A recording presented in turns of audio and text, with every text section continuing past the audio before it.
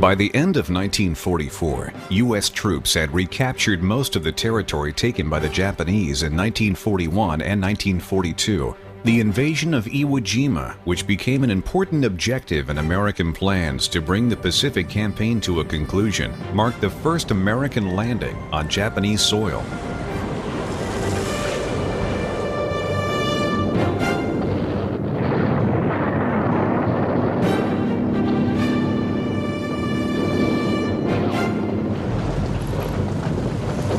How was it that Japan and the United States ever came to fight for that forsaken piece of real estate? What were the forces that had pushed these two countries toward this penultimate showdown? The governments of the United States and the Empire of Japan had expected to eventually clash in the Pacific. Both had been maturing plans for such a war for a long time. The crux of the matter was China. Both countries wanted to have a dominant position to exploit the resources of China and use it as a market. The war with Spain in 1890 had left the United States with a strong position, holding the Philippines, Guam, Wake, and other island possessions to protect its access to China's markets. Japan, which had only emerged as a strong power in 1905 when it defeated the Russian Empire in a limited war, had taken Korea, Formosa, and established a strong position from which to potentially dominate China. The desire to maintain the open door policy with China was a driving factor in the United States obtaining possession of the Philippines, and the possession of the Philippines in turn gave us a place we had to defend, and it was this mission which drove the doctrine of the United States Navy and the Marine Corps between World War I and World War II.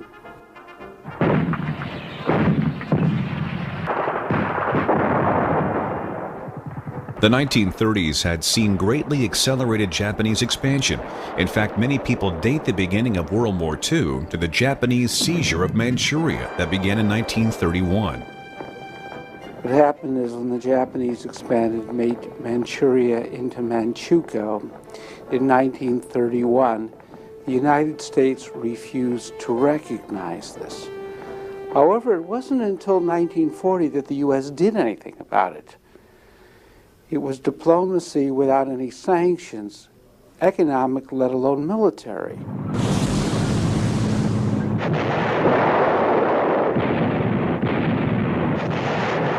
In 1940, the situation changed dramatically. The defeat of France by Nazi Germany allowed Japan to occupy both French Indochina and Thailand.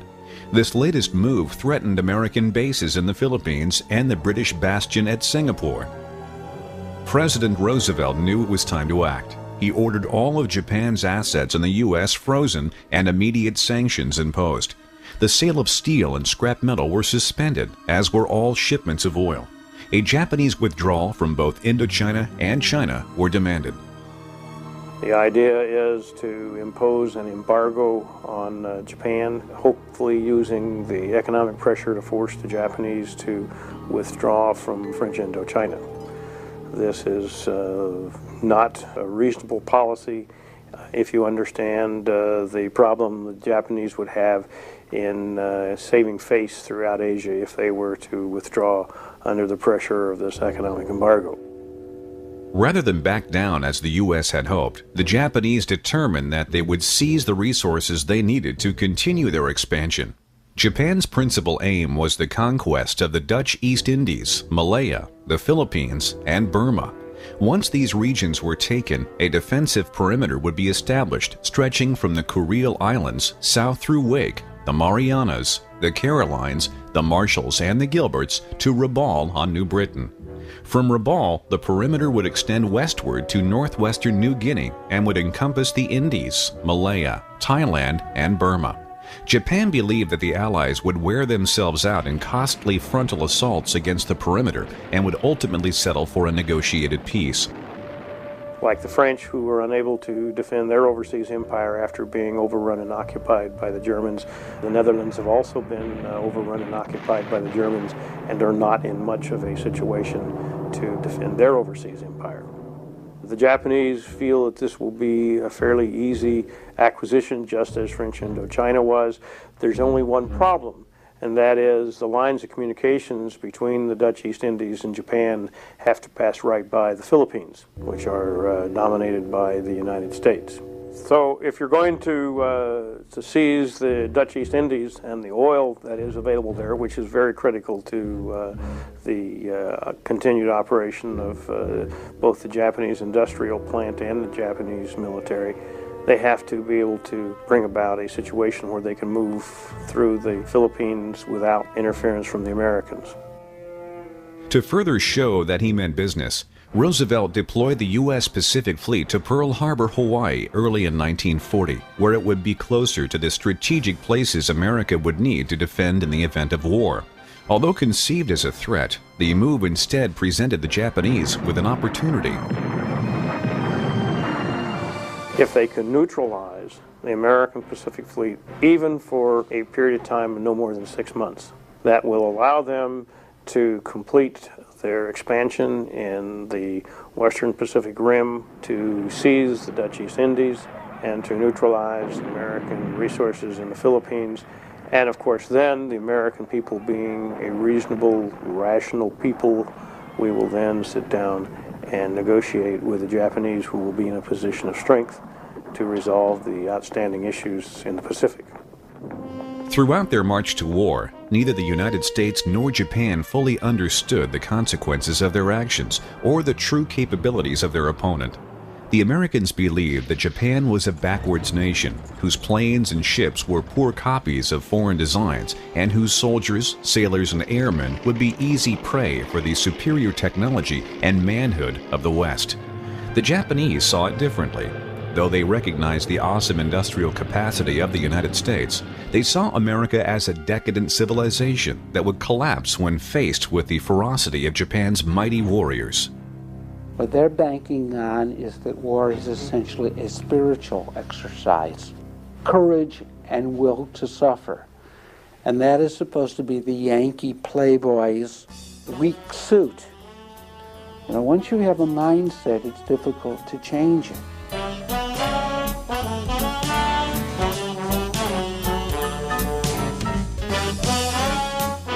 It came to a crunch on December 7, 1941. American planning assumed an initial Japanese attack would fall on the Philippines. Army units there would dig in to hold the Bataan Peninsula until the mighty Pacific Fleet could sail to the rescue. But the Japanese had a plan too, which was revealed to the world on a lazy Sunday morning at Pearl Harbor. There was this one group of airplanes came right over Honolulu. They dropped down to about 25 feet, right in the channel here towards a battleship. And Stanley Bukowski, who was one of my buddies, he was out there. He says, "Oh, let's go over there and watch them drop the dummy torpedoes." So him and I went over there. I said, "Well, I got first call for colors." He said, "I got sound colors here in about a couple of minutes." He said, "Oh, we'll make it, don't worry." We said, "Let them drop the first torpedoes and then we'll sound general quarters and colors." So we went over there, and then there was 5 of them. 2 headed, looked like they were headed for the Oklahoma, and 3 for the West Virginia. So when they dropped their torpedoes, and then the torpedoes hit, and they were about 25 feet above the water when they dropped the torpedoes, and then you could see the little weight coming towards the ship, and Stanley says, "Look now, watch them when they hit, they're going to go thump." That was the first mistake we made that morning.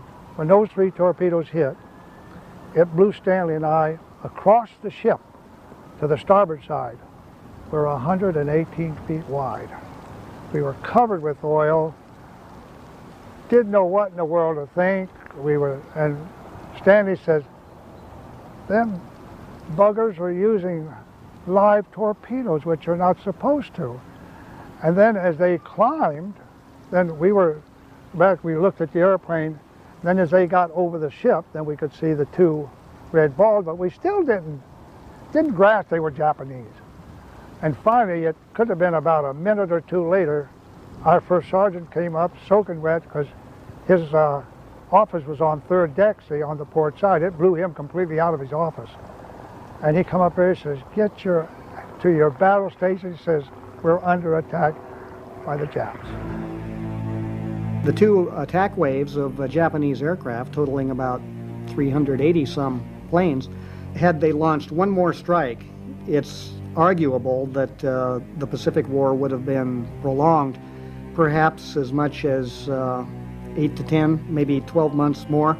But Nagumo had accomplished his primary mission. He had disabled every American battleship that was in Pearl Harbor. He had inflicted widespread damage on Army and naval air forces, and he was willing to call that good enough. But the big break that the United States Pacific Fleet had was that all three of its carriers were out of port that day. So that was a huge stroke of luck, which paid enormous dividends within the next 6 months. The devastating raid on Pearl Harbor, coupled with attacks on airfields in the Philippines, enabled Japan to seize the initiative in the Pacific. The weak Allied naval and air forces were smashed or brushed aside, and within weeks, Singapore and the Philippines fell, yielding hundreds of thousands of American, British, Australian, and Indian prisoners. The Dutch East Indies, Guam, and Wake were taken, and everywhere, the rising sun of Japan flew triumphantly. But the Japanese fell victim to their own success. Their spectacular victories, coupled with the surprising slap in the face from Jimmy Doolittle's daring raid on Tokyo, led to a modification of the initial plan. Japan would now reach further. Midway Island was to be invaded to neutralize Hawaii, and other forces would take the Solomon Islands and New Guinea to cut Australia's supply lines. If the Japanese could seize Midway Island, they would be in position to neutralize the American bases in Hawaii, and if the U.S. was forced to conduct the Pacific War from bases on the West Coast, it would be very hard to make a comeback. It would have necessarily forced a prolongation of the war. I think it probably still would have been prolonged. I do not think that the public mood at that time would have fallen in line with the Japanese preference that we would have sued for peace in order to concentrate on Germany. But it certainly would have given Japan much, much more time to build up its defenses and make the road back through Tokyo longer and certainly bloodier. Although the American fleet at Midway was heavily outnumbered, the U.S. possessed one invaluable advantage. Admiral Nimitz's problem was considerably simplified in that Commander Rochefort's codebreakers were able to tell him not only when and where the Japanese were going to strike next, specifically at Midway at dawn on June 4th, and it also gave the composition of the Japanese strike force. So the amount and detail of information available to the U.S. Pacific Fleet was simply phenomenal, and Japan, by contrast, was operating largely in the blind. Through a combination of surprise and some amazing luck, American dive bombers sunk 4 Japanese carriers, dealing the Imperial Navy a blow from which it would never fully recover. After Midway, the initiative passed the United States.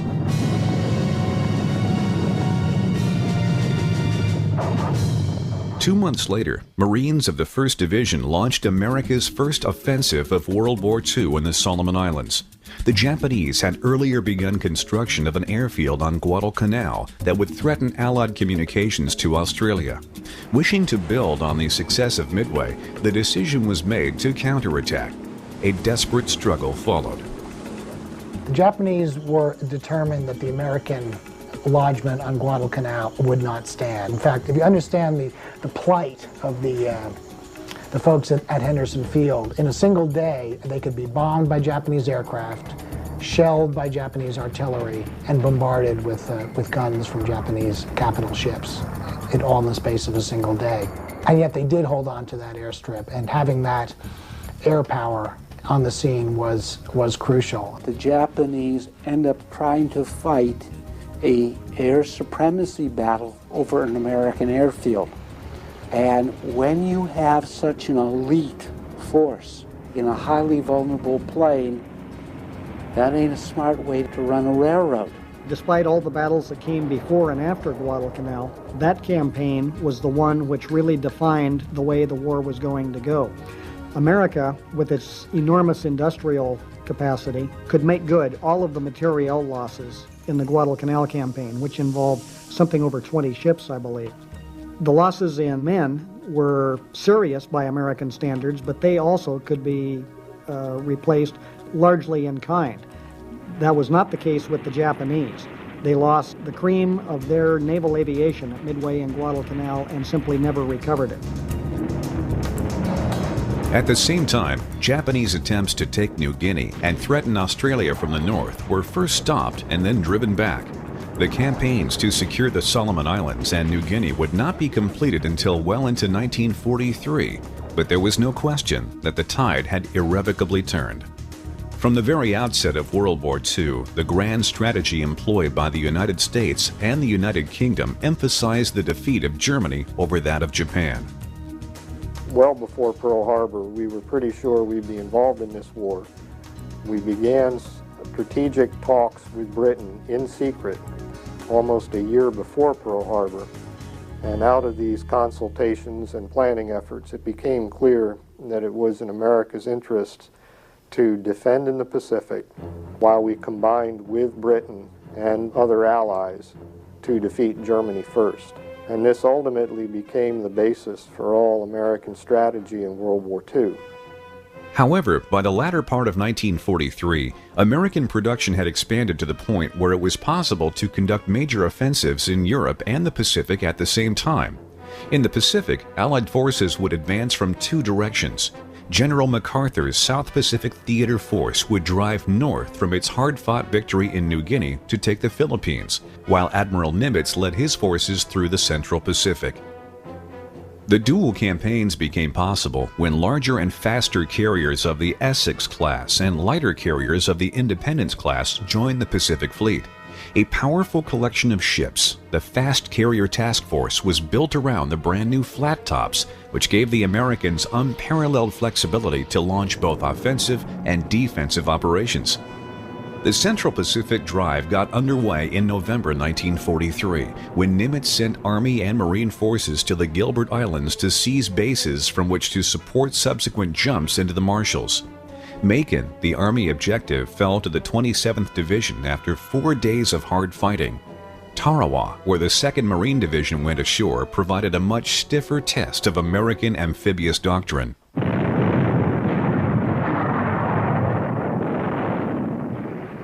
The expectation of the U.S. at this time, Tarawa is a postage stamp. We will surround it, we'll put a shell virtually wherever anybody can walk, and everybody will be killed there. This is the oldest story in warfare, how artillery will just kill everybody who's out there, and there's nothing to do but just occupy the terrain. Watch out, because you may twist your ankle, in some hole somewhere, but that's as much as you have to worry about. One point of fact, this enormous naval gunfire probably killed about 1/3 of the Japanese defenders. Problem is, what's good enough? Particularly when they all got automatic weapons. This is probably maybe the only invasion in World War II done by the U.S. that a real strong counterattack could have thrown the U.S. off the beaches. It was that bad. Japanese fought tenaciously. There were somewhere in the area of about 6,000 Japanese on Tarawa. They all had weeks and months to prepare fighting positions, interlocking fields of fire, pillboxes, using a lot of concrete made with coral sand, which is a very good base for concrete. The only way you could deal with those defensive positions was one at a time. These are the best Japanese troops the Marines or anybody in the Pacific faced from start to finish. These guys were formidable foes. And it's a good thing we met them that early, because we based our training and the dedication of firepower on future landings to that level, and the Japanese in any other landing never met that level. So we not only overwhelmed them, we double overwhelmed them by taking into account the best that we met at Tarawa and never meeting them again. The experiences in the Gilberts revealed several shortcomings in U.S. amphibious doctrine, especially naval gunfire support, coordination of air support, and ship-to-shore communications. Amphibious techniques were refined and modified to some extent after the Gilberts, but radical changes were not forthcoming. The method of assault for the remainder of the Pacific War had been established.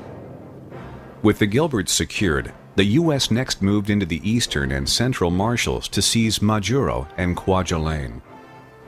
Kwajalein Atoll was really the last of what has become the popular impression of the tropical island being invaded by Marines. After that, large islands, much more complex islands, not just flat spits of coral sand were taken. So the war actually changed just as we were learning how to win it. This operation was short and bloody. The Marines knew what to expect, met the defenses in a way more sophisticated manner with their eyes open. Heavier bombardment and so forth. There were heavy casualties taken initially, but we captured a base almost as cheaply as you could in a contested landing at that point. The relative ease with which Majuro and Kwajalein fell allowed Nimitz to accelerate his next advance by 2.5 months, and on February 17, Marine and Army units landed on the Anahuac Atoll in the Western Marshalls. At the same time, a carrier strike against Truk, considered Japan's key bastion in the Central Pacific, revealed the Japanese had virtually abandoned the naval base there. The decision was made to bypass Truk, a strategy later known as island hopping. When the U.S. gets naval and air supremacy, why not bypass Japanese strong points? Simply ignore them. After all, this is a bastion out there which is isolated, and turn it into a Japanese owner-operator and financed Japanese prisoner of war camp. The Japanese themselves have to feed themselves. Most of their soldiers bypassed are essentially armed farmers by 1945. The decision to bypass Truk left Nimitz with enough well-trained troops, many of them combat veterans, to deliver a sudden blow at the Marianas. Although the Marianas lacked protected anchorages, the major factor that influenced planners was the need for bases from which B-29s could bomb the Japanese homeland. Almost everything that is going to be accomplished in the Pacific is either done for or by the air arms of both the Army and the Navy. It truly is an air war. The idea at the beginning of the war, 1942 and 1943, the generally accepted wisdom is that you cannot effectively operate beyond the range of land-based air. That's why they're fighting in Guadalcanal in late 42 and early 43. That's why the Marines will later on land at Tarawa, and that's what the fight in the Marianas is all about. It's all about air bases. Preparations were long, arduous, and comprehensive. Many carrier attacks, many heavy bomber attacks on the airfields, basically destroyed the air capacity. Weeks before the landings was the famed Marianas Turkey Shoot, where the Navy really went in and swept the place, and the Japanese responded by sending their best carrier planes, albeit not their carriers, into harm's way, and hundreds were knocked down. It broke the back of the Japanese naval air arm in the Pacific. So this is a major turning point in the war in any case. It was by far, up to that point, the most complex landing operation. As complex as D-Day was handled, over 40 miles of water. This was handled over several thousand miles of water. I mean, units were sent directly from the United States aboard ship, units were sent from Hawaii aboard ship, and they met there, and it all came together. This is the largest landing that had taken place in the Pacific by at least a 2-to-1 margin. By the time that the Army 27th Division had to be committed because of problems really coming off the beaches, it was 3 times more complex, 3 times larger than anything that happened in the Pacific up to that time.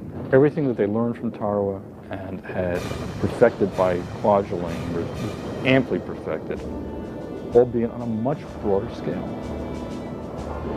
Army and Marine divisions landed on Saipan in the Marianas on June 15, 1944, to begin a bloody 3-week battle for control of the island. Saipan was a much larger island. It had been under Japanese control for decades. It had mountain ranges, it had civilians, wide open fields, good vistas. It was more going to be a campaign than a quick hit and run, take them while you can operation like Tarawa was supposed to have been, and in fact Kwajalein turned out to be. It was as good as they could do at the time. By mid-August, the Marianas Islands were firmly in American hands. Just 3 months later, B-29 bombers began to fly missions against the Japanese homeland from airstrips on Saipan.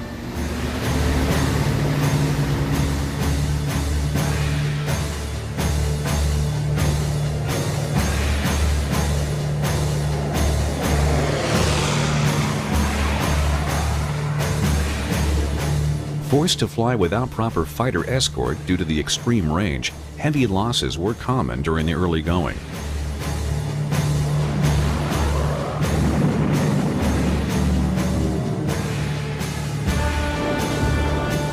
An advanced base for shorter-ranged fighters was essential, a base that would also provide an emergency landing field for crippled bombers returning from their raids on Japan.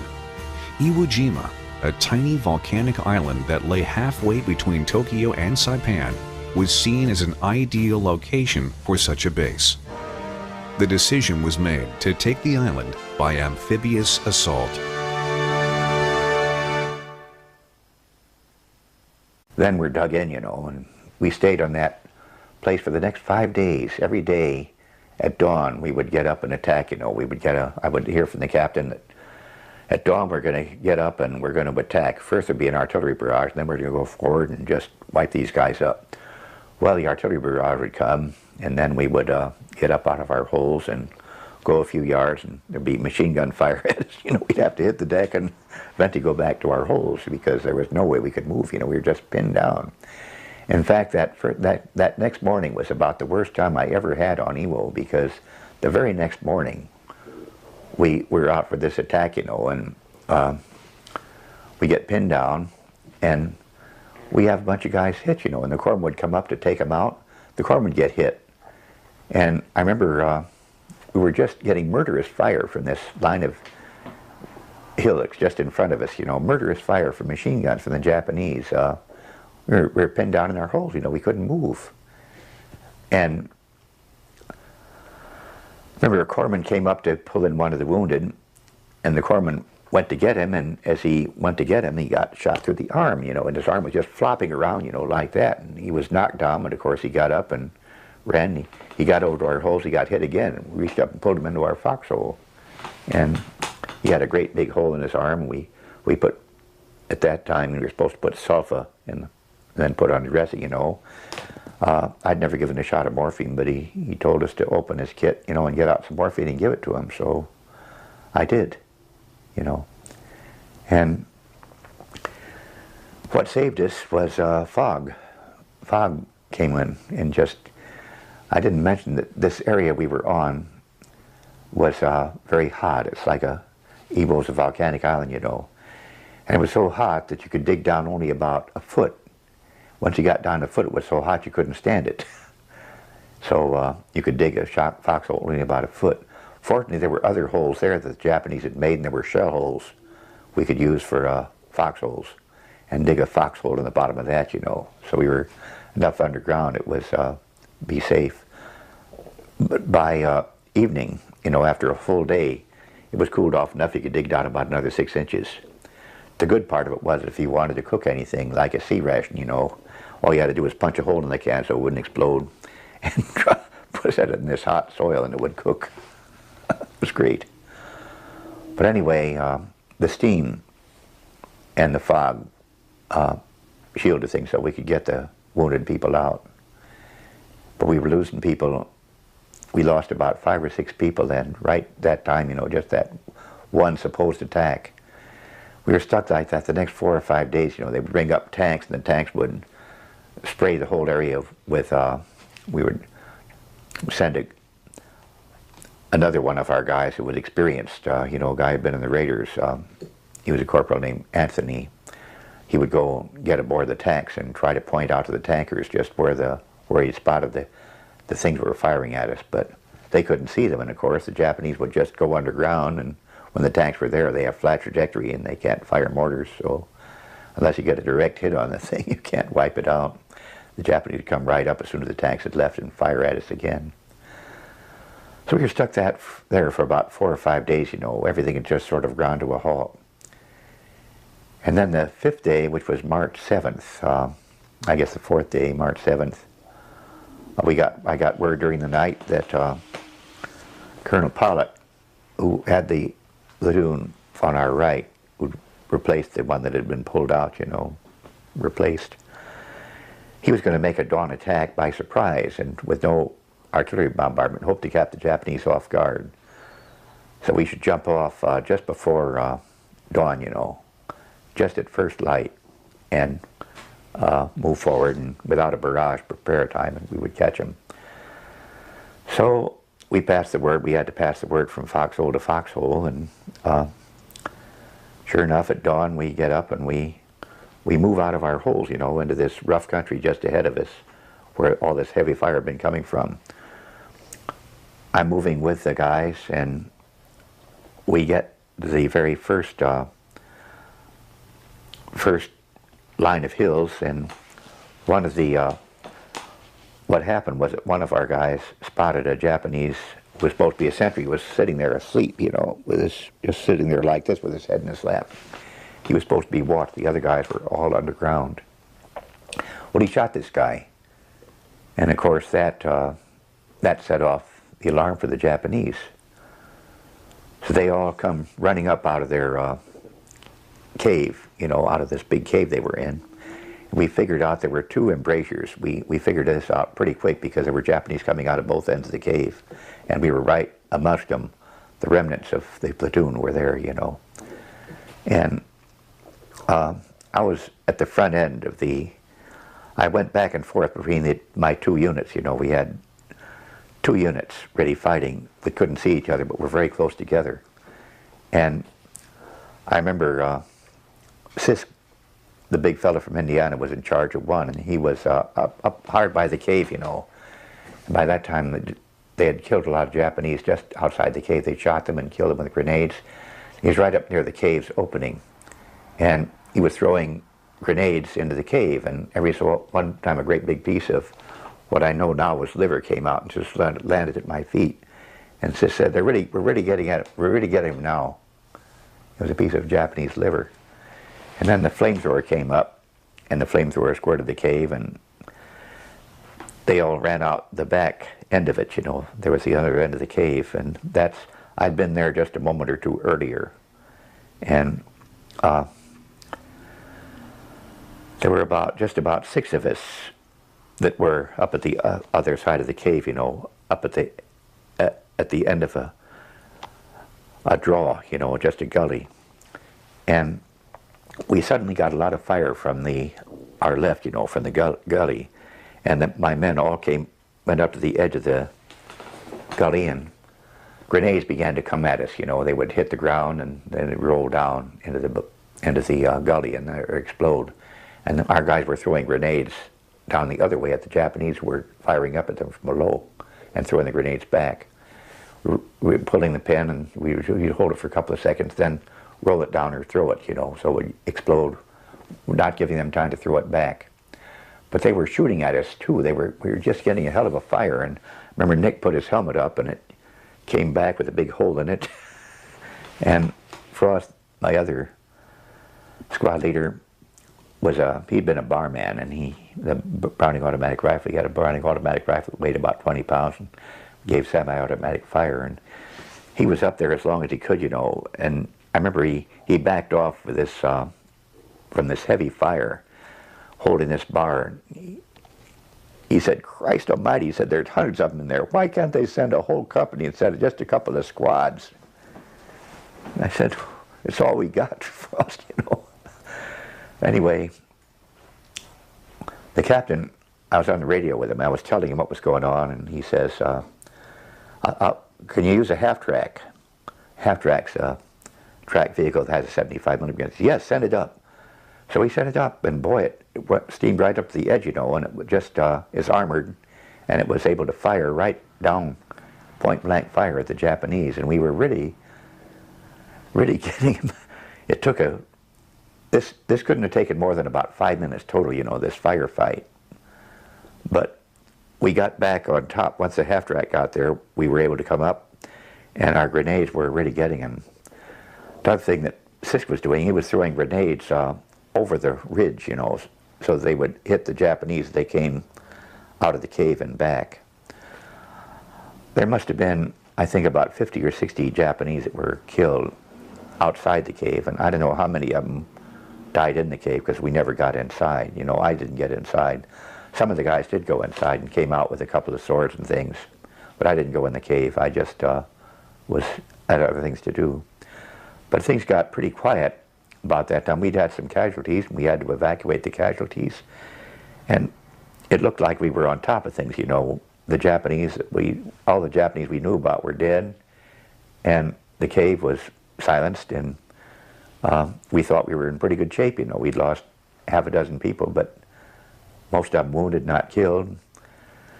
And I was standing there talking about 50 feet from the cave with a couple of the guys. Suddenly there's tremendous noise like nothing I've ever heard before or since, you know, just the most god-awful noise you can imagine. And I turn around and I see this hillside where the cave was, you know, just rising up in the air, just going straight up, you know, and I thought, my God, you know, rocks and boulders, big boulders, and so then it starts to fall, you know, it goes out like a mushroom cloud and begins to fall, and so I hit the deck. There's nothing else to do. There's no place to hide. I just hit the deck, you know, and all this stuff began to land on my back, you know, and I thought, my God, I'm being buried here, so some of it hurt, you know. But I was lucky, again, because if I'd been a few feet farther out, the biggest rocks would have hit me. That explosion killed quite a few people. Were killed by the size of the biggest rocks, you know. We had to dig them out. But the people that were in closer, not too close to be blown up, but close enough, they got a lighter kind of rubble, you know. The big rocks had gone over my head. So I was only half buried, and when it all stopped, I could sort of force myself up, you know, and out. Remember, our radio had an aerial that was bent, you know, but it still worked, and I told the captain, I said, we've got to have stretcher bearers up here. We've got a bunch of people that need help right now. So the captain came forward with the whole headquarters company, you know. They all came up with stretchers, and they dug the people out and took them back, you know, the ones that were still alive. And meantime, I'd taken the people that, the captain had told me, he said, be sure you make sure that the line is plugged, because sometimes when they do that, there's a counterattack. So I took what guys could still walk, you know, and we went up and made a line to the, in case any Japanese came through it, but none of them did. There was nobody left. They had to counterattack at that time. Anyway, I was kind of shook, you know. Everybody was kind of shook. But, and I didn't mention that during this firefight, I had a hell of a time keeping in touch with the captain by radio, you know. I was just involved in the firefight, you know, trying to shoot and to make sure that, go back and forth, make sure I knew what was going on. And the idea of, you know, working this switch and talking to him was just difficult. He kept chewing me out, you know. You gotta keep on, tell me what's happening, you know. Don't forget to press the switch. So I tried to tell him, but anyway, we got things together after a while, and then we decided we would go forward and attack, you know, because we thought it was a good time to attack. We had a few people left, and what was left of the platoon next to us from the other battalion, they had lost heavily too, and they lost their platoon leader, so they were combined with my outfit into one outfit, you know. We would go forward the attack. So we go through this rough country for about 400 or 500 yards. Every so often be stopped by an occasional rifleman who would hit us, one time by a machine gun, but you know, there were not many of them, and it was open enough country that we could take them out, you know, one by one. And we got to, we made about 500 yards, the only gain we made during my whole time there. But it was really good, pretty good gain. And that brought us into some really rough country where we could see the ocean just beyond us, but we could see that it was dropped off. By this time it's nearly dark. So I told the captain what it was like, and he said, well, he said, you better find a place to dig in. So we decided to dig in just inside this area, you know, where we began to get some fire from up ahead. So we dug in because it was pretty close to dark. We wanted to dig in before dark. And we began to get some pretty heavy fire about that time from the area ahead. And I I lost two people that I really cared about a lot. One was Anthony, the old raider. I say old, he must have been 30, but he seemed old as hell to me. He was badly shot in the hip. I'd send him out to make sure that there were no caves or snipers left behind the area we had just overrun. And he got shot by somebody doing that. His hip was laid open, and I never saw him again till he was taken out, and I never found out what happened to him. He came from Oklahoma. And then Sith, the guy that had done so well at the cave, was putting out wire just before dark, you know, and I heard this terrible, heard a shot and then this terrible groan, you know, just a awful groan. I could see him crawling, and he had gut shot with a rifle bullet, you know. We got him evacuated, and some of the guys saw him in the hospital afterward, but I never did. He died about 2 months afterward of peritonitis in the hospital at Pearl. So sad, you know. But anyway, he was such a good Marine, you know. He was always out in front, always doing what had to be done, out putting up wire. He knew he could have been shot, but he just did it, you know. Somebody had to do it, and he wouldn't ask anybody else to do it. He did it himself. They were the best troops anybody could ever want to serve with.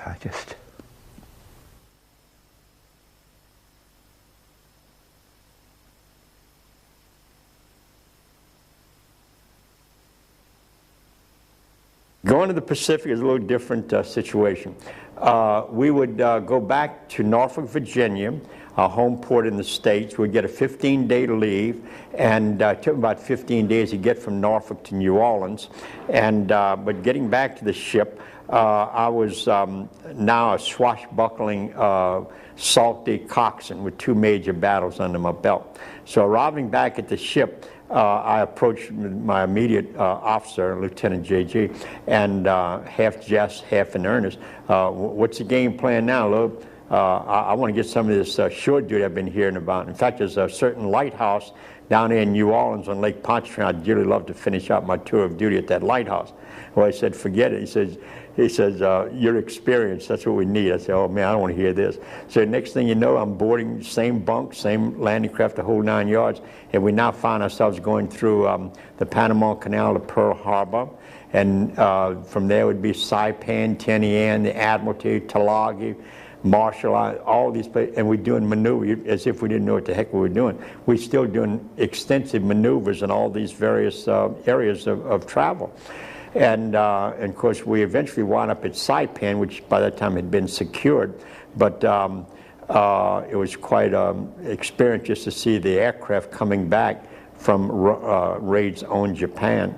And that was an eye-opener, because standing on deck of the ship, you'd see these flying fortresses coming in, and you'd look up in all their splendor. And as you're gazing up at the sky, something odd would take place, for you'd see a hole, or you'd see the sky through the wing, or maybe through the fuselage, and you're saying to yourself, this can't be, you know, and you'd realize they had taken some serious flack, and actually they were coming back on a wing and a prayer. But in any event, all this led up to eventually, with extensive maneuvers, bringing us up to February the 19th of 45 for the invasion of Iwo Jima. Now this one, it got a little hairy, because what had happened, I would have elements of the 4th Marine Division aboard to bring ashore. And once again, we functioned as a flagship there as well. And well, I think we had Commodore Flanagan on board, Navy Commodore, that would cause us to be a flagship. And on D-Day, I would find myself bringing 36 Marines ashore. And at Iwo Jima, it was a different terrain with the Mount Surabaki, and the beachhead was such that it just tapered off abruptly into the depths of the sea, whereas it normally, as you recall, it was kind of a long, extensive sandbar type terrain. But the problem is that I probably went in about midday on that one, and not 8 hours. And the problem was to find a place just to land the boat. to bring the boat in, because there was so much debris and wreckage and so forth and so on that it was just difficult just to find a place to land. Well, what had happened on this particular one, my first trip into the beach, I had these 36 men poised to hit the beach, and there were two Marine officers sitting on the engine hatch next to me. And as I went in, the 36 Marines, or actually the 30-something enlisted personnel, stormed the beach, and about the third to last man to leave the boat was carrying an awkward 30 caliber machine gun tripod mount, and in the excitement of everything or whatever, he lost his footing right in front of my lowered ramp. And now with all the troops out and my boat lightened, the waves were hitting the stern of my boat as I was trying to put in position to back away from the beach. And in so doing, as they're unloading, the waves were hitting the stern of my boat and cascading over the stern, and I was taking water into the belly of the boat. And so I was hesitating a little bit, waiting for these two Marine officers to get up and going out and join up with his charges. And for whatever reason, they just kept sitting there. So I realized, well, I can't sit around waiting on these guys. I could have ordered them out the boat, but that wasn't necessary. I mean, they knew what they were there for. But for whatever reason, they didn't move. Had they moved out like they should have, they could have grabbed that guy by the armpits and dragged him on out of harm's way. But I was forced to put my boat in reverse, full throttle, and in so doing, I was bucking the incoming seas, causing the water to really cascade over the stern, and by this time the water is building up at my feet. And I still got the two Marine officers on board. But I did manage to back away from that young man safely, and the last I saw of him, he was scrambling, going up the beach. But in pulling away with the water, when I put it in neutral, to clear the beach, when I put it in neutral, the water that had built up in the bilge had sloshed forward, dipping my bow just enough to where my motormac had not fully got the ramp all the way up. And in so doing, the water just poured in through the opening of the ramp. And in so doing, the boat just went out from under me. And so now I got my three-man crew and myself, and I have these two Marine officers that I got to get them ashore some kind of way. But now the boat's gone. Well, in the heat of all this activity, a couple of my crewmen we were issued a .45 pistol for our personal protection, but we also issued Army Springfield rifles just in case something like this for hand-to-hand combat. And so a couple of them grabbed a couple of these rifles because we didn't know where we were going to be going the next half hour. And one of the guys grabbed what we call a ditty bag. It was like a sea bag, but it was something we made aboard ship for first aid gear. And so as we left my boat with water, up to our chest, it wasn't a very pretty sight. You had to be there. And as we get out of my boat and go into another boat like mine, they had tied up alongside, and they're going to try to tow me out of harm's way and perhaps put a pump into my boat and save me for another day. But unfortunately, with the boats tied side by side like that, he couldn't make headway. And instead, we're going in circles. And now the mortars are starting to fall dangerously close. And they had an officer aboard that landing craft, and he, in effect, ordered the coxswain to cut my boat loose. And because we couldn't make headway, which they did. And that was the last I ever saw my boat. But at this point, he had to hit the beach to get these two Marines ashore. And in so doing, the two Marines stepped out, and myself and my three-man crew kind of lingered behind, hoping to hitch a ride with one of my incoming landing craft or whatever. But at that point, the ensign ordered me and my crew ashore as well. And what it was, they had like an unwritten rule that if you lost your boat, this is really directed to we coxswains, to put a fear of God in us, don't lose that boat. Because if you do, you're going to have to report to the beachmaster for further assignment. Now, nobody wanted to fool around with the beachmaster in that group, because as soon as they hit the beach, the first thing they did was turn around and start giving directions to the incoming boats. So they standing there with their back to the enemy and on the front lines, as it were, and they had a high mortality rate, as you can well imagine. So I guess that's why they would tell we coxswains and our crew that if you lose the boat, you got to report to the beach master for further, further assignment. So anyway, we hit the beach, and it's kind of funny as I look back on it, because we had two or three Springfield rifles, a first aid kit, and no ammunition for the guns. And of course, the two Marines, they stepped ashore, and I don't know, that was the last I saw of them. But at that point, some fella comes walking along with the garb, suggesting he was part of the beach party, and attempting to comply with my orders. I, in effect, asked him, I told him, say, look, I lost my boat. I got to report to the beach master. Where can I find him? I don't know. They've all been wiped out. I said, oh, man, that's all I wanted to hear. So I turned to my three-man crew. I said, man, let's try and work on getting a ride, back to the ship. And what we did, we went to the water's edge and were assisting some of the arriving landing craft, placing wounded on board. And finally, one of the boats came along. That was another Coast Guard, from another Coast Guard vessel in the fleet. And seeing my dilemma, he invited myself and my three-man crew to come aboard. And eventually, by hitchhiking from one ship to the other, I was able to get back to the Bayfield. But I didn't get back till about midnight, because unbeknownst to us, the whole convoy had left the area because of a notification of an air raid imminent coming out of Japan. So I didn't have a ship to go to. It was out at sea somewhere.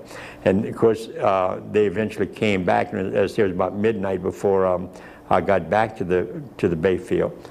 And at that point, I reported to my officer, what had happened. Of course, they'd given us up for lost. They didn't know what had happened to us. And so my lieutenant tells us, well, you got to go topside and report to the captain, what happened. I said, okay, fine. So I go up there, and he's up there on the bridge by himself, and leaning on the rail, watching the war in progress and everything. So I kid like I walk up to him and report that I'd lost the boat. He said, well, yeah, that's what I understand. He said, are you all right? Oh, yeah, I'm fine. What about your crew? I said, we're safe and sound. He said, well, that's all right. I just regret reporting the loss of this vital watercraft. I said, I'm very upset about that. He said, well, don't worry about that, son. He said, we're going to probably lose some more for it. So he said, just go get some rest and be prepared to relieve other crews, and just carry on. Aye, aye, sir. That was in February.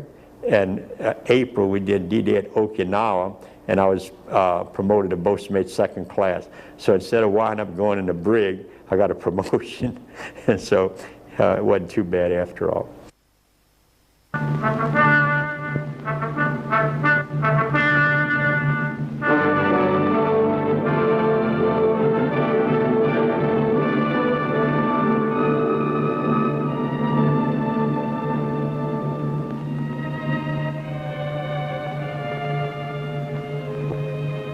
Bleak, ominous dawn greeted the vast armada standing off the shores of Iwo Jima in February 1945. For 2 months, ships and planes of our fleet had constantly pounded this enemy stronghold, preparing it for invasion. Swinging off the transport decks, the 4th and 5th Divisions of the United States Marines headed for the beaches. Gaining a foothold on the black sand, they moved in, engaging in one of the most violent, savage battles in the history of the Corps.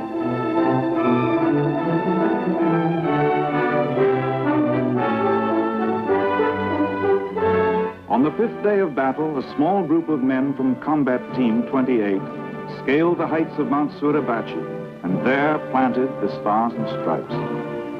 Of the men who fought there, Admiral Nimitz said, among the Americans who served on Iwo Island, uncommon valor was a common virtue. A single photograph told this story. Born of battle, it fired the imagination of all America, for it expressed the unity, drive, and determination of the people, a symbol of American courage. Inspired by the wire photo, the noted sculptor, Felix de Weldon, then serving in the Navy, began work immediately. He completed a small model within 48 hours after the photograph had reached the United States. The great moment was recorded in clay. But this was only the first of many models. The 176th anniversary of the Marine Corps signaled the unveiling of the historic incident carved from stone.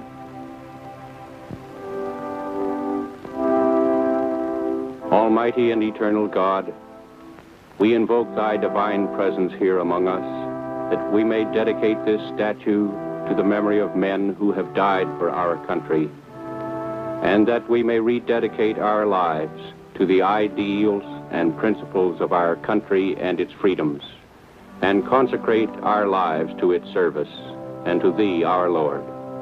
Amen. For this statue, de Weldon was able to use living models.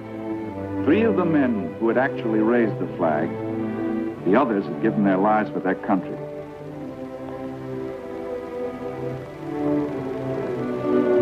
This stone memorial stands at the entrance of the Marine Corps base at Quantico, Virginia. This was a great achievement, but de Weldon was not satisfied. Carefully, he measured his model. Inspired, he sought to give it a sweeping magnitude. He envisioned a monument which would preserve and encompass the spirit and thrill the heart of the nation. He visualized a gigantic memorial which would rise to majestic heights, commemorating forever the unsurpassed gallantry of the Marines and the Navy corpsmen who raised the flag. It would be the spirit of all Marines from Tripoli and Chapultepec, from Belleau Woods, and back across the Pacific from Wake Island to Japan. A memorial to the heroic gallantry of all our fighting men. One to leave no doubt in the minds of our enemies that we are determined to keep our freedoms. Here was a challenge.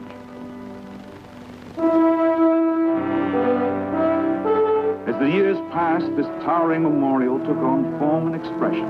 The feel, the drive, the thrust and power of the smaller statue was achieved in one 64 times greater.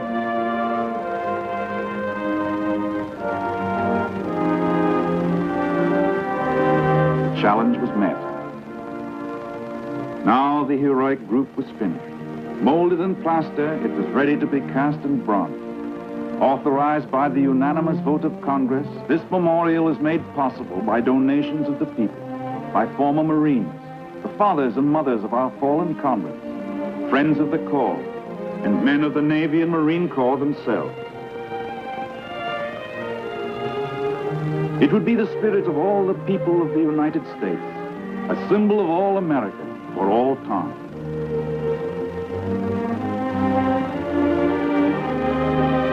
The 6 men who raised the flag were typical Americans. There are their faces. Private First Class Ira Hayes, USMC.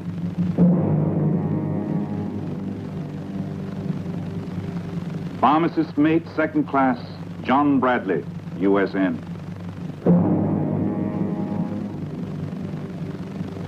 Corporal Rene Gagnon, USMC.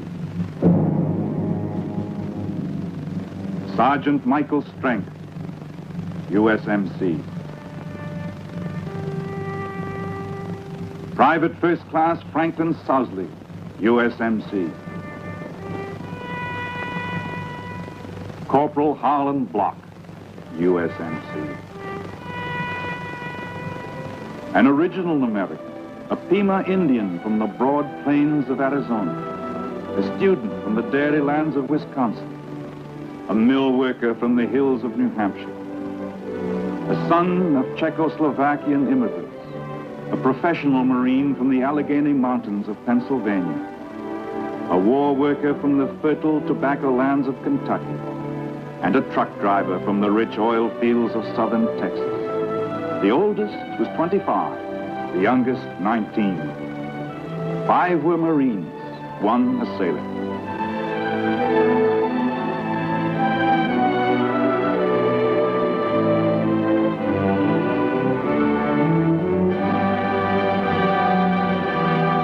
The great moment lives, an eternal shrine to valor. In this memorial lives again the courageous spirit which makes America great.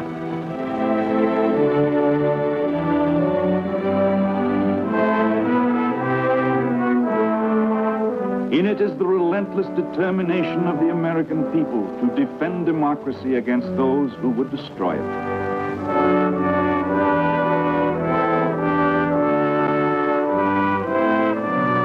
This inspired monument is a tribute to the indomitable courage of our fighting men and a manifestation of their faith in America. This really happened, one of the most dramatic incidents of any war, vibrant, perpetuated in bronze in our nation's capital, enduring for posterity. This is you. And you. And you. Silent, yet it will speak. Speak a universal tongue of the past, the present, and for the future. A symbol of a great nation, a symbol of a great people. Uncommon valor, a common virtue.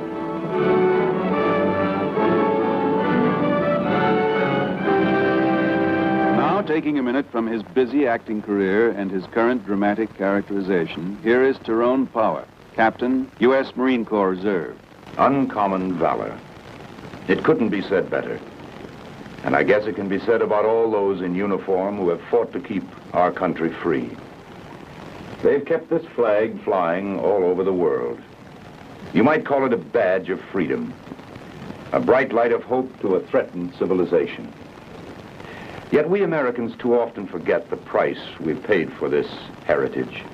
We take our freedom for granted, forgetting the lives sacrificed, the wounds which will never heal, the endless toil of Americans everywhere to keep this flag flying. This is a job which will never be finished, work which must continue, if we are to maintain and keep this freedom. We must build a strong and impregnable America. Now, we all can't wear a uniform and fight when this freedom is challenged, but we can build a strong and determined America to stop those who would destroy this democracy. If you were given the opportunity to prove your faith in America, wouldn't you be glad to buy a share of the future? Well, you can. United States saving bonds are shares of freedom, shares in democracy, gilt-edged shares of the ideals and principles which make these United States what they are today and what they will be tomorrow. The determination to maintain this freedom by investing in it is a challenge to every American, young and old. Ask your banker, or your employer, or your teacher. I know they will be glad to help you work out a plan to save with savings bonds. Thank you very much. And don't forget, invest in your share of America today.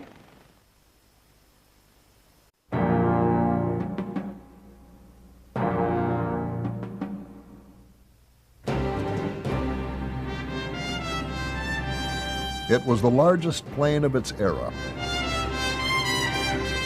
Sleek, fast, revolutionary, the Boeing B-29 Superfortress embodied the latest technology and the newest engines.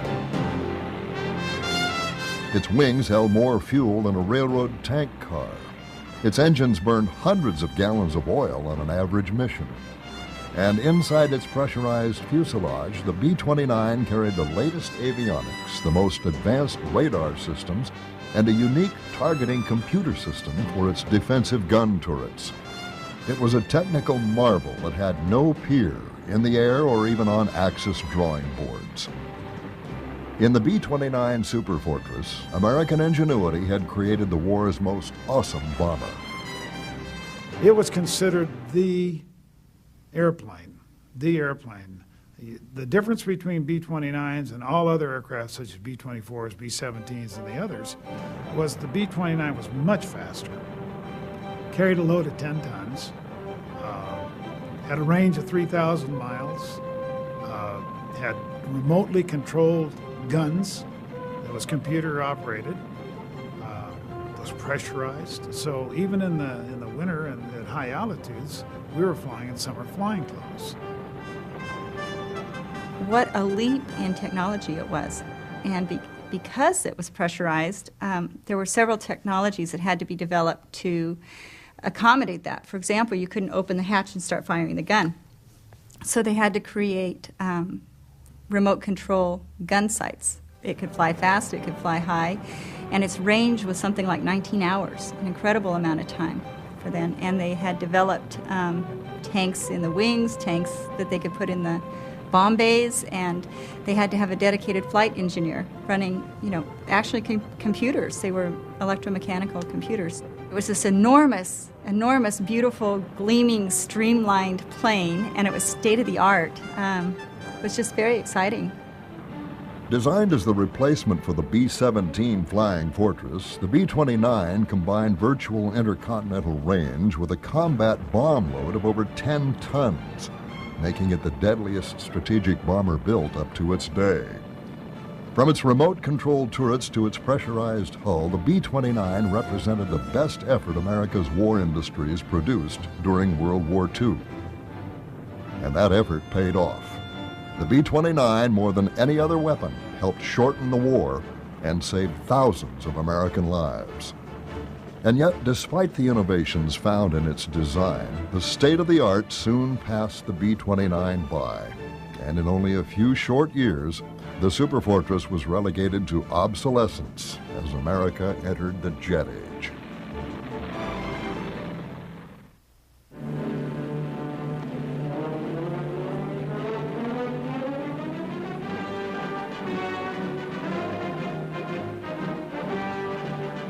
Meet the B-29, the baby that's just beginning to plaster Japan and promises to continue until Hirohito says, Uncle.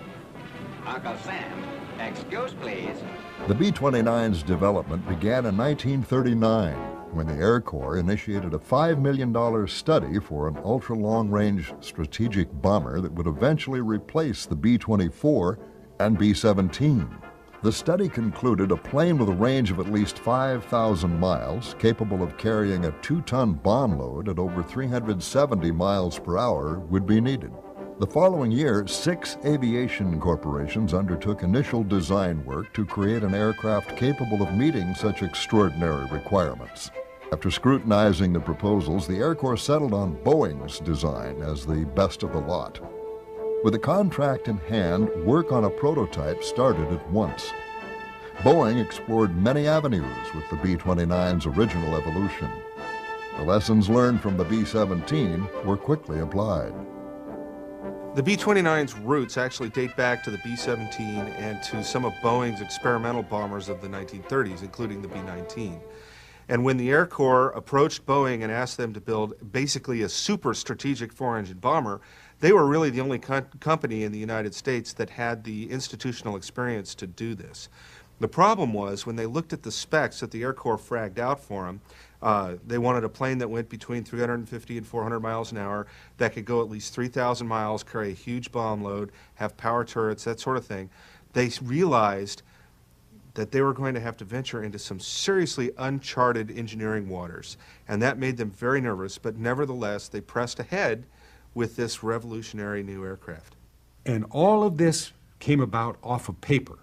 They did not build a handful of them and test fly them for a couple of 3 years to find out what did and did not work. They didn't have time. Slowly, the B-29 took shape. Boeing designed modifications on the fly, and as pressure mounted to get the plane into combat, the pace of the project increased.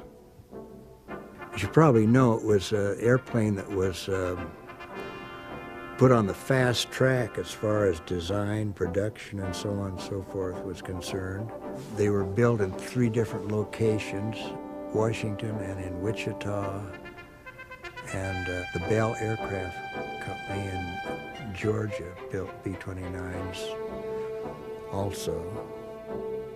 When you start trying to incorporate a whole bunch of new things, you're creating an airplane that is it's an invitation to disaster. And the B-29 was just that. They're mating a whole lot of new and unique systems on a scale that a year or 2 before was unimaginable. The modified Davis wing was a unique wing.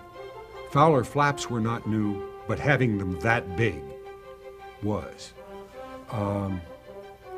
The fuel transfer system in it was a plumber's nightmare.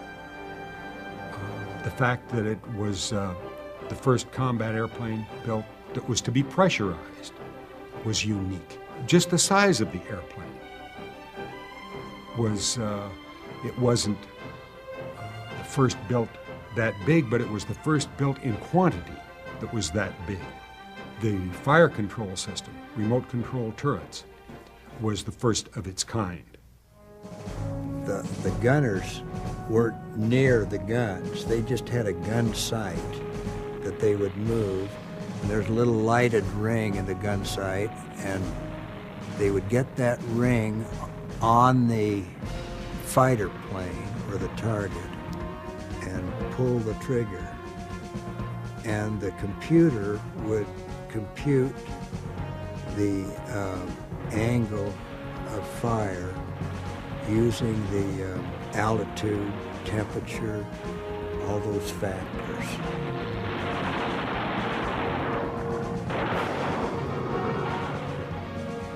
The B-29 also had a radar bombing system installed, one of the first production aircraft to be equipped with one.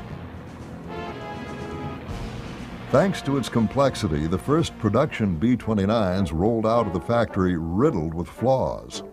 Curtis LeMay once quipped that the B-29 had as many bugs as the entomological department at the Smithsonian Institution. Some of those bugs plagued the Superfortress throughout its career. The B-29 had 4 2,000 horsepower Wright engines and Wright Cyclone engines, and they did have quite a bit of trouble with the Wright engine. And it was not unusual for a plane to have engine trouble and have to abort a mission. The engines overheated. It was a brand new engine. They were huge. They were 2,200 horsepower engines, 4 of them, and they overheated quickly and would catch on fire. And one fire in one engine wasn't such a big deal, but if you lost 2 engines on the same wing, then you had a problem. It was just an engine that was asked to do things that that engine simply could not do. You could not run a duplexed 3350 at high power settings for long periods of time at high altitude. That it just wouldn't take it. And that's what the engine on a B-29 had to do. And they never solved it. While hopes were high for the new B-29 bomber, the Army Air Corps hedged its bet. Should the Superfortress project fail, a backup bomber was needed. That backup was the consolidated B-32 Dominator. The Dominator looked like the B-24 Liberator's ugly half-brother. In fact, the B-32 design borrowed quite a bit from the B-24, though it had a single tail just like Consolidated's PB-4Y Privateer. While capable of carrying heavy loads, it was not a modern marvel like the B-29. Lacking many of the advanced systems and innovations, it never went into mass production. Indeed, by the time the Army Air Corps took delivery of the first production B-32, it was clear that the B-29 would be successful despite its teething troubles. The Superfort's success doomed the Dominator to the backwash of history. Ultimately, it equipped only 1 squadron of the 90th Bomb Group. The Dominator took part in the final weeks of the Pacific War, flying combat missions out of bases on Luzon. Bugs or not, the Army Air Force needed the B-29 in the Pacific. Without it, the strategic bombing of Japan would be impossible to undertake before 1945. With it, Japan's factories could come under aerial siege by the summer of 1944. Unfortunately, the planners and staff officers in the States failed to understand the operational problems that would soon face the first forward-deployed Superfortress groups, setting the stage for a nightmarish disaster.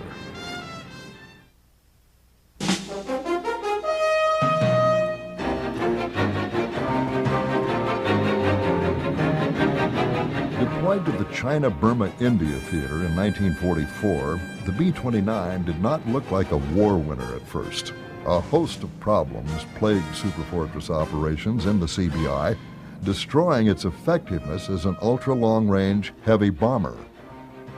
The CBI was the lowest priority of any theater of war. There was a limited amount of supply that could be brought to the CBI in the first place, in through India, then up over the mountains by air into China. General Stilwell, the American theater commander, wanted to use it to build up the Chinese army. General Chennault, commanding the Air Force in China, wanted to use it to build bases and supply B-29s for bombing of Japan. It was the first place we could reach Japan from with B-29s. Chennault won the argument, and the bulk of the supplies over the hump route were devoted to B-29s. The unfortunate part of that whole situation was it was such a long trip.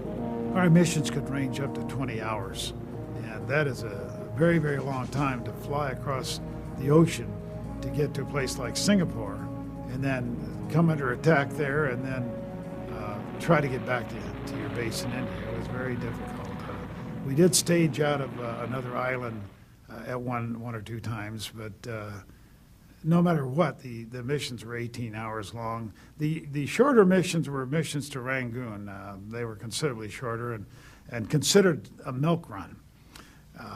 Obviously, the targets like Singapore and those were very well defended, and you had to put up not only their anti-aircraft defenses, but the fighter attacks. And it was, if you had a problem, or if you had damage or lost an engine or something, the chances of you returning to your base were slim.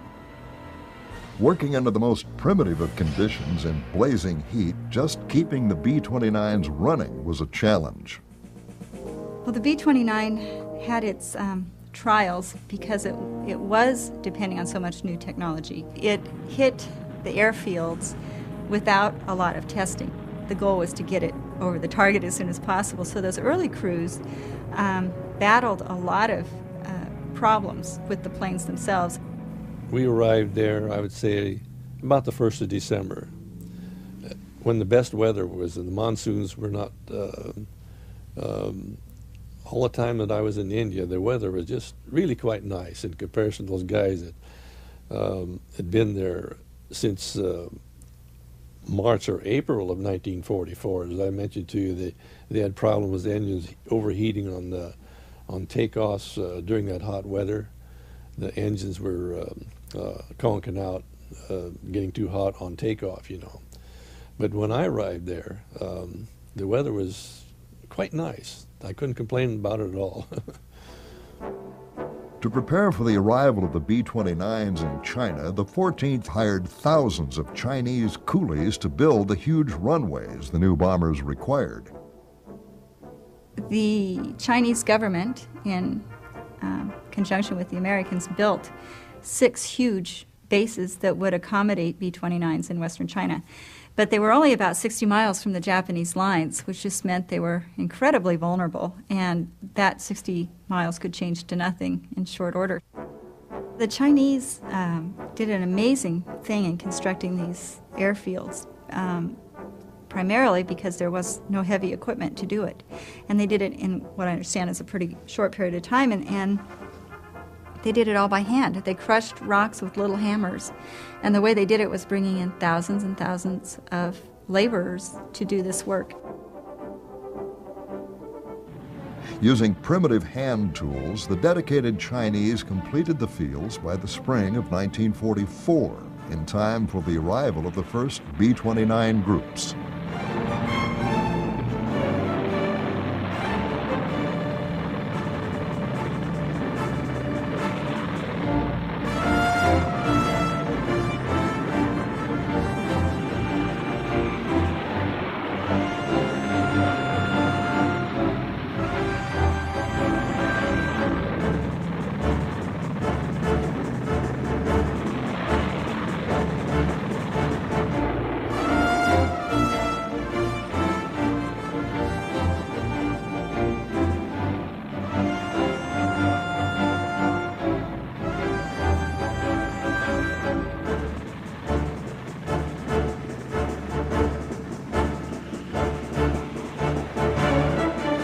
From the start, flying missions from these new Chinese bases devolved into a nightmare. They called the Himalayas the hump, The Himalayas were a formidable obstacle, the tallest mountain range in the world, and there was the weather over them was horrendous. I mean, it was the kind of weather that knocks planes out of the sky. And so it was hazardous enough that they eventually gave Himalaya hump missions mission credit. It was as if it was as dangerous, it was deemed as dangerous as flying a combat mission. Through the fall of 1944, the superforts launched attacks on Japanese targets in China, plus on southern Japan itself. Each raid represented a tremendous logistical effort that these small pinprick raids failed to justify. Operations in China could not be sustained, and the few B-29s the 14th could put over any given target could not inflict lasting damage on the Japanese. Although the first raid on Japan took place in June of 1944, the Japanese failed to understand the potential threat to their homeland. Since these early CBI-based raids did little damage, they imbued a sense of overconfidence in Japan's home defense units. With expectations riding high for the superforts to help shorten the war, the early operations in the CBI bitterly disappointed the senior Army Air Corps brass. Fortunately, another series of bases became available that summer that would ultimately invigorate the strategic bombing campaign against Japan.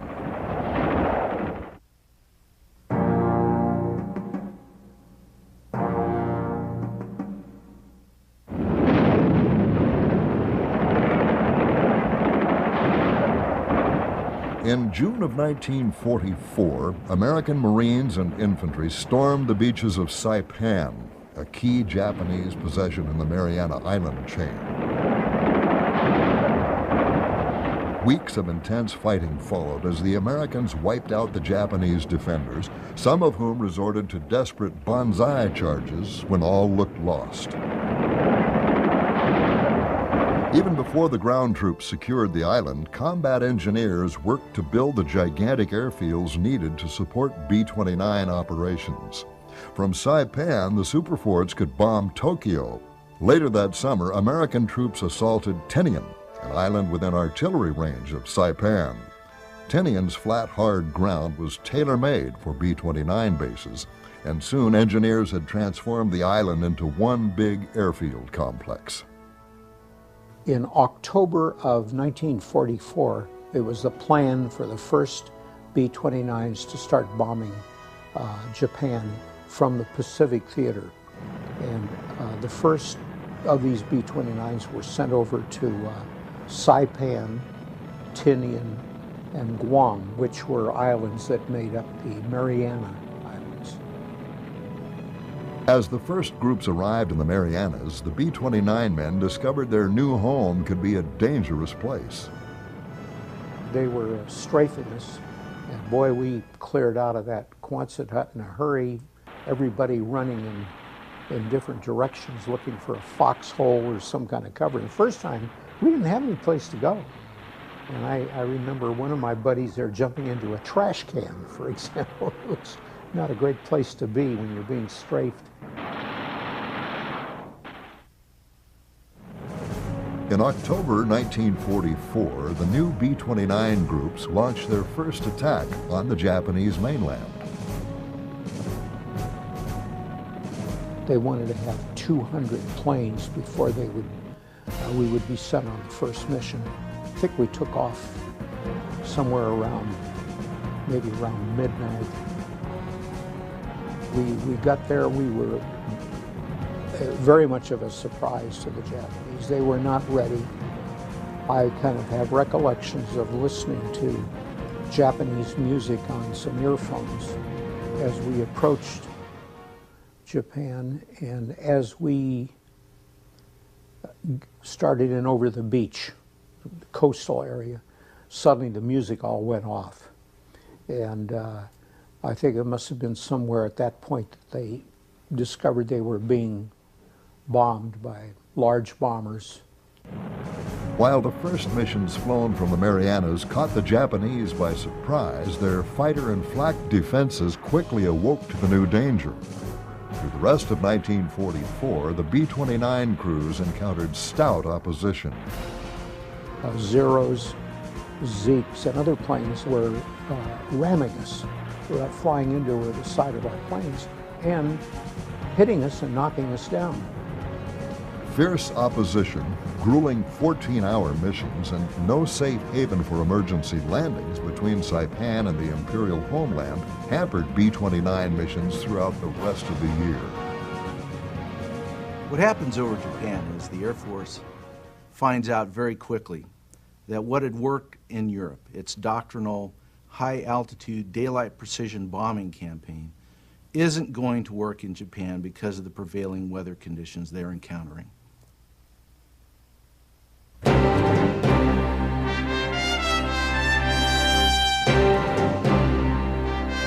As the bombing campaign against Japan wore on with little results, doubts about the entire B-29 program arose in Washington. The problem was not the plane, however. The problem was the jet stream over Japan. There are portions of the world that have high-altitude winds that nobody knew about until the advent of high-altitude bombing. Well, these winds did not exist over Europe. Europe's weather comes out of the North Sea, and it's just spun off like the spokes of a bicycle. But none of the high-altitude phenomena there were unexpected. They were known, and they knew how to deal with them. They never did learn how to deal with the clouds over Europe, but they knew they were there, and they knew why they were there. The weather over Japan comes out of Siberia and the Gobi Desert. Well, nobody had weather stations there. Nobody knew what went on 30,000 feet over Japan. Well, what went on there was what came to be known as the jet stream. And it could be as much as 200 or 300 miles an hour.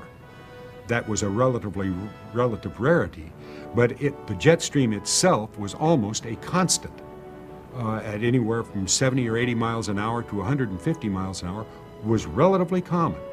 Well, if you've got an airplane that's traveling 250 miles an hour flying into 150 mile an hour headwind, your bomb sight is not capable of handling that much of a wind drift, whether you're going into it sideways or downwind. The Norden bomb sight couldn't handle 100 mile an hour crosswind, headwind, or tailwind. So when they dropped bombs, God only knew where they were going to go. In February 1945, the situation came to a head during a raid on Tokyo. That was a high-altitude strike, and I think we were trying to hit an aircraft factory.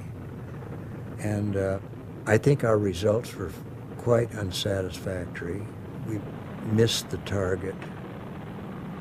The conditions for bombing were terrible. For one thing, the 20th Air Force discovered the jet stream. We'd run into 200-knot winds at 30,000 feet. And this made precision bombing from high altitude extremely difficult. The 20th needed to find a way around the jet stream, or face the stark fact that its high-altitude precision bombing campaign would be derailed by this freshly discovered force of nature. We tried bombing at a little lower altitude, 20,000 feet, and that didn't turn out to be much more satisfactory. As the 20th struggled with the jet stream problem, the Superfort crews struggled with the Pacific's geography. Flying 1,600-mile missions never became routine. Every flight, every sortie ran the risk of ditching in the cruel Pacific Ocean hundreds of miles behind enemy lines. To rescue these men, the Navy provided submarines to act as plane guards, whose job it was to rescue downed aircrew. It was a long way home for the B-29s returning from a strike on Japan. Many of them were damaged by anti-aircraft or sometimes by fighters. It was hard sometimes for them to get all the way back to their bases, and to help them out, the U.S. Navy established a string of submarine positions in the ocean. These submarines would stay in one location, and these locations were known to the B-29 crews. If they couldn't make it back to base, they would do their best to crash land in the ocean next to one of the submarine positions so the crews could quickly be rescued. Ditching an airplane is quite an art. You never get to do it, you just have to do it. When I was finally rescued, it was a day that the ocean was as calm as I'd ever seen it. Not real calm, but calm. And I was there not paying attention to anything, and I heard probably the most god-awful noise I've ever heard in my life. Hissing and bang and everything. And out of the boat. I was thrown out of the boat, and I was completely by surprise because the ocean wasn't going to throw me out. And I looked over my raft, and here's this huge hunk of metal.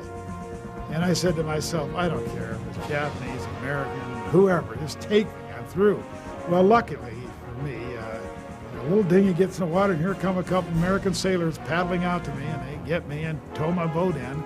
I'm going to tell you, one of the most fantastic days of my life occurred then when I was taken aboard the ship. If the air campaign against Japan was to ever get on track, the B-29 wings would need to employ innovative tactics to compensate for the forces of nature they faced on every mission. Washington recognized that, and in the early months of 1945, the Army Air Corps sent its best bomber leader to the Pacific to take care of the situation. Enter General Curtis LeMay. Hap Arnold had put all this money into a bomber, and that bomber was going to work. He didn't know how, but it was going to work. And he was going to find somebody that would make it work.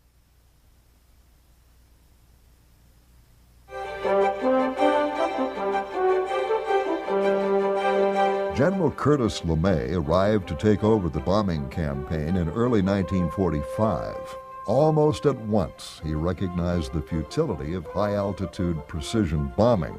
A veteran of the famed Regensburg raid of 1943 over Germany, LeMay had always been an outspoken advocate of strategic pinpoint bombing. Now faced with a situation where all the training and tactics he believed in were failing, he moved quickly to adapt.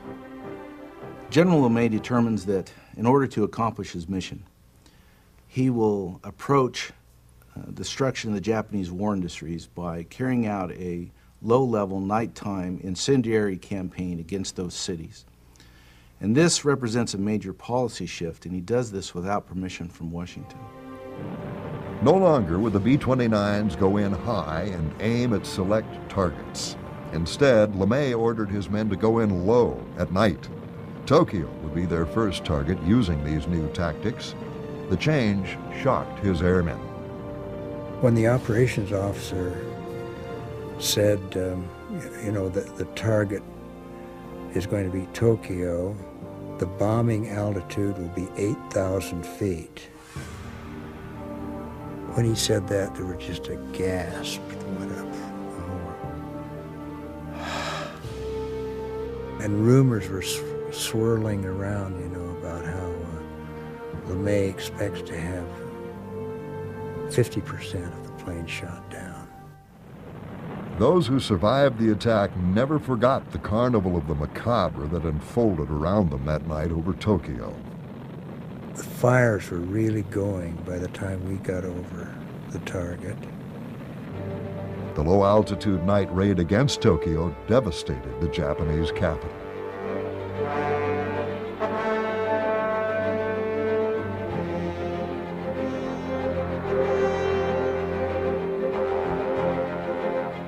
This first raid against Tokyo is very successful.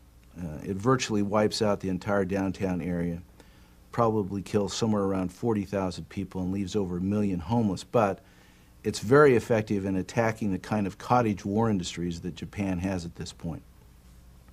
Based on that success, General LeMay will order further incendiary raids.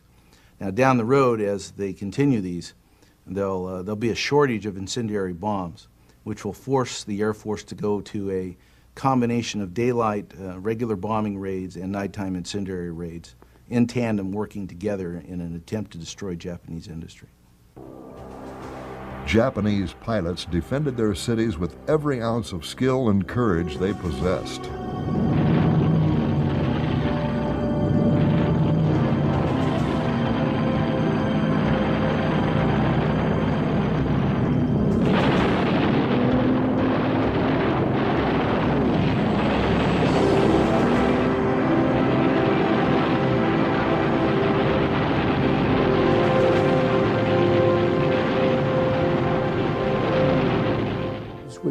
dropping bombs on their homes.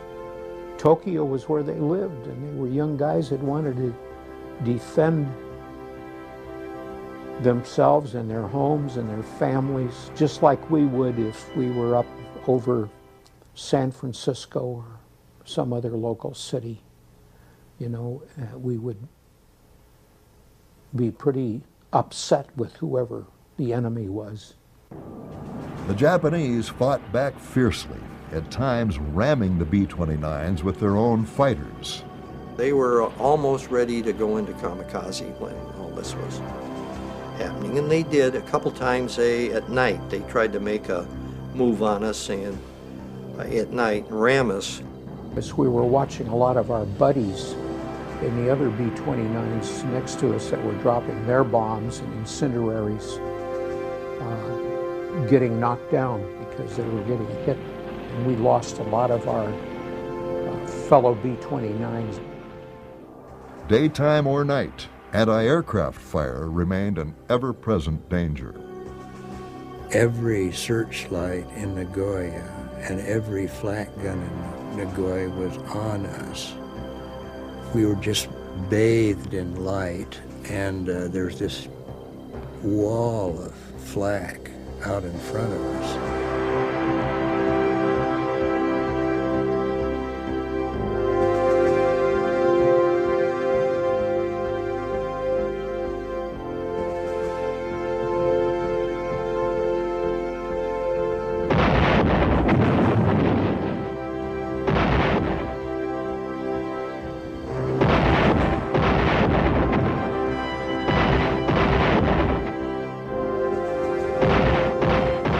The nighttime attacks took an emotional toll on the airmen as fighters would stalk them, flak would claw them out of the sky, but their buddies would never know what happened to those who didn't return the following morning.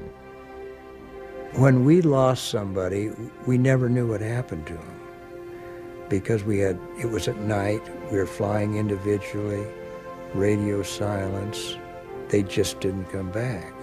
And you always wonder whatever happened to those guys, you know.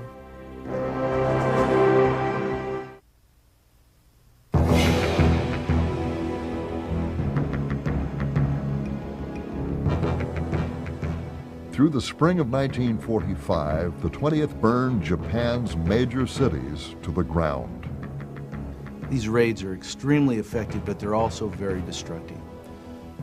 Anywhere from 80 to 95 or more % of all the major cities of Japan are destroyed during these attacks.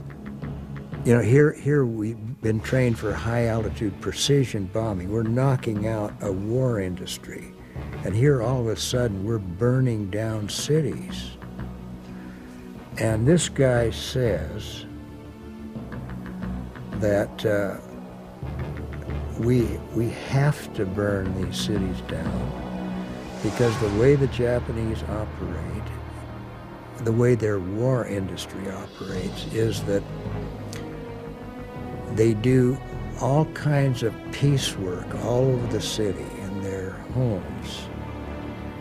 And every morning or every evening, trucks go by and pick up these parts and take them to the factories where they are assembled. And the only way we can knock out their industry is to knock out the whole city. I don't know whether that's true or not, but that's what we were told. As their cities died, Japan's war effort collapsed. The B-29 effort, involving the largest, most advanced plane in the world, thousands of tons of bombs dropped on Japanese cities, is often given credit for having ended the war, destroyed Japanese industry, strangled the Japanese economy. In fact, the lion's share of the credit probably should go to the American submarine fleet that sank most Japanese merchant shipping, so that by the end of the war, very, very little in the way of raw materials or food were getting into the home islands, and Japanese industry had basically ground to a halt. It was a gruesome campaign. Hundreds of thousands of men, women, and children died in the flames. Though the B-29 is remembered as the torch that set Japan afire, superforts took part in many other missions. As the war wound down, they were used to mine the last operating Japanese harbors. These mines destroyed dozens of ships and closed most of Japan's remaining ports. The few merchant ships that had evaded the deadly American submarine wolf packs through 1945 now discovered they had no safe havens at all. At the same time, B-29 squadrons launched leaflet raids over the imperial homeland and areas in Southeast Asia still under occupation. Over Japan proper, these leaflets warned civilians to leave their cities, for they were about to be firebombed. In the occupation areas, such as Burma, the leaflets dropped promised Japanese troops that they would be well fed and treated if they surrendered. Though these primitive psychological campaigns had little seeming effect, they did offer the air crews a break from all the tension and terror of the firebombing raids. As the bombing continued, the capture of Iwo Jima finally gave the B-29 crews a safe haven between Japan and the Marianas. There were many crippled planes that would not have made it back to their bases in the Marianas, and they needed a short stop, a place where they could just make it to Iwo and get down and get repaired, and they could make it on. The other thing that happened, though, is that now they were close enough to the homeland of Japan that fighters could go with them as cover.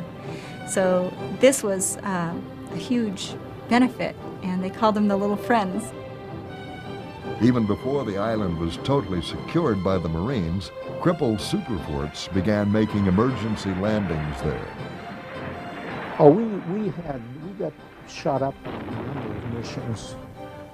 Had engines hit, and on one return we were coming back to, we got shot up, engines shot up rather badly over Tokyo, daytime mission, and the pilot told us that there's a good chance that we were not going to get back and might have to go into the ocean. And we were getting close to Iwo Jima, which had pretty well been taken now by the Marines. However, not completely. There was still a portion of Iwo Jima that was still at war. Many B-29 crews were not lucky enough to reach Iwo, let alone the desolate stretches of the Pacific Ocean. They fell into the hands of the Japanese. As a matter of fact, what they told us, if there was any way whatsoever, is to get out and over the ocean, do it, and bail out over the ocean. We all had Mae West, and we all had dinghies. And if the airplane ditched and it was successful, it had a big dinghy up over the bomb bays. B-29 crews who got shot down over Japan faced a unique situation. Over in Europe, the heavy bomber crews who got shot down over Europe had a chance of linking up with resistance elements. They looked European, so they could escape and evade, and it was done. But even if they were captured, they were basically taken to prisoner of war camps and treated humanely. In Japan, that wasn't the case. Of all Americans who were captured by the Japanese, about 40% died. The B-29 crews were called special prisoners. They were given a designation and were treated separately. And my understanding is that about 5% of those survived.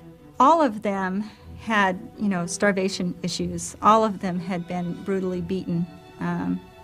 All of them had been forced labor and held in, terrible, filthy conditions.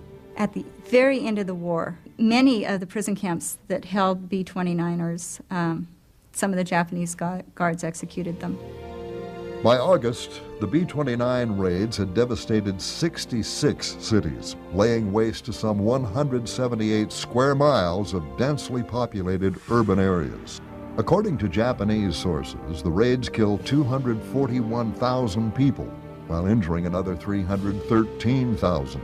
The destruction left almost 9 million people homeless. At the same time, the attacks ruined the Japanese economy.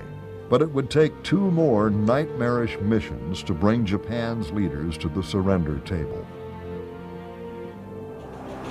Gentlemen, We met at Wendover for the first time about 10 months ago.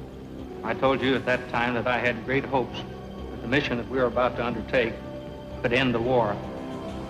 At the same time, I offered to release any man who felt that he could not work under the conditions of mystery and possible danger that might prevail. That offer still goes, because tomorrow we're going to execute that mission. Until the first atomic mission took off, the only people who had been told exactly what they were doing were those that needed to know. Deke Parsons, his armorers, Tibbets. There were a handful in the group that knew what they were doing in detail. Having said that, a lot of these guys figured out on their own and didn't dare say anything that they were working with a nuclear weapon. At their briefing before takeoff, the crew was told all of that because this bomb that you're going to use is not an ordinary bomb. It's not a 1,000-pounder. It's not a 10-ton blockbuster. This bomb has a strength of 20,000 tons of TNT. On August 6, 1945, a B-29 called the Enola Gay dropped the world's first atomic bomb.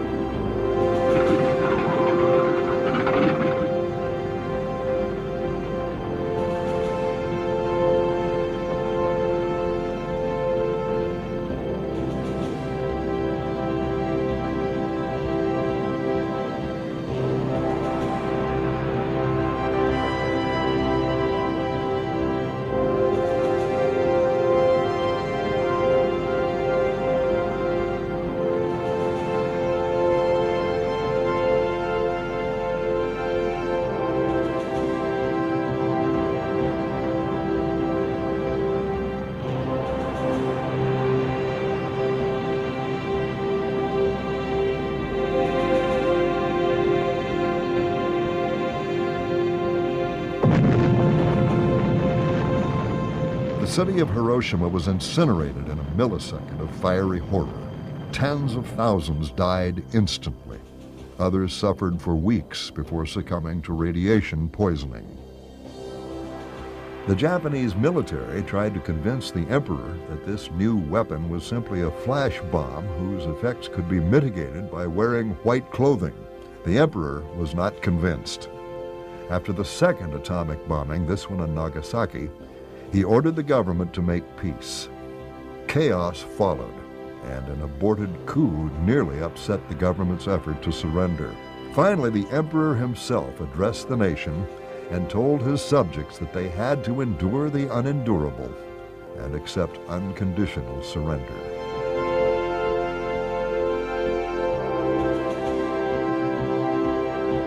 World War II had at last come to an end.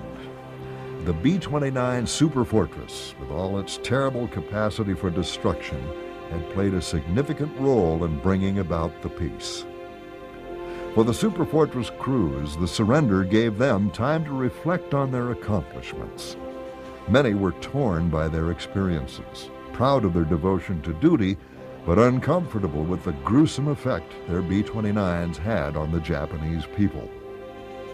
At the time, I was just, damn glad that things were over with. Because it was probably, it might have meant a lot of more deaths and loss of life.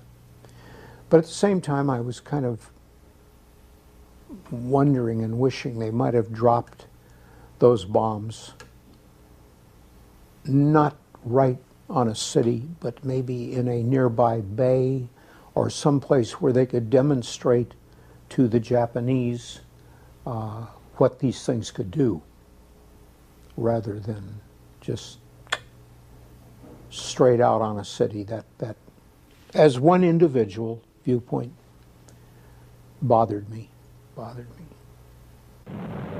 One thing about the Air Force that's different from the infantry is that it's very impersonal. You're not when you're shooting at a fighter, you're shooting at another airplane. They're not shooting at a pilot. And you're not bombing people, you're bombing cities. It's not like you're seeing a guy in front of you and you're shooting like it is in the infantry. I'm not saying that I don't think it was the way to go in the war, because I think the Japanese were willing to pay a terrific price before they surrendered, and they did pay it. I mean, we had to root them out somehow. After the war, the B-29 formed the core of America's atomic deterrent at the dawn of the Cold War. Yet even as in 1945 it represented the pinnacle of American aviation technology, the B-29 soon became a relic of an older age. Eclipsed by sleek jet bombers like the B-47 Stratojet, the Superfortress sank into obsolescence. By 1950, the B-29 was considered a medium bomber by the Air Force. Employed during the Korean War to firebomb North Korea's major cities, the Superfortress soldiered on. The Namche raid was a turning point in the Korean War. Basically what happened was the North Koreans began building hard runways, concrete runways, in the southern part of North Korea in an attempt to project power, their MiG-15 air superiority aircraft, into the 38th parallel. That, as far as the UN forces were concerned, couldn't be allowed to happen. So they sent in B-29 strikes to destroy these airfields before they were constructed, and they did it during daylight. Well, one particular raid at the end of October 1951 was intercepted by a hand-picked wing of Soviet MiG-15 pilots, and they savaged the formation. Of the 9 B-29s that started on the raid, 1 aborted. The other 8 got over into the general target area before they were bounced. Several of them were shot down. All of them were badly shot up, and many of the crews were killed or wounded. This really was the death knell of B-29 operations in daylight hours in Korea. After this, the B-29s flew almost exclusively at night. With the end of the Korean War, the Air Force quickly purged the B-29 from its remaining frontline units. Most were sold for scrap or used as bombing targets for the Navy at China Lake. Only a few exist today in museums, and only one is currently flying. For all its flaws, the B-29 performed one of the most difficult, grisly roles of any aircraft in World War II. Capable of flying farther than any other plane of its era, carrying a bomb load equal to what 2 or 3 B-17s could haul aloft, and flying faster than most of the fighters that sought to bring it down, the Superfortress carved a legendary reputation for itself over the flak-torn skies of the Japanese homeland.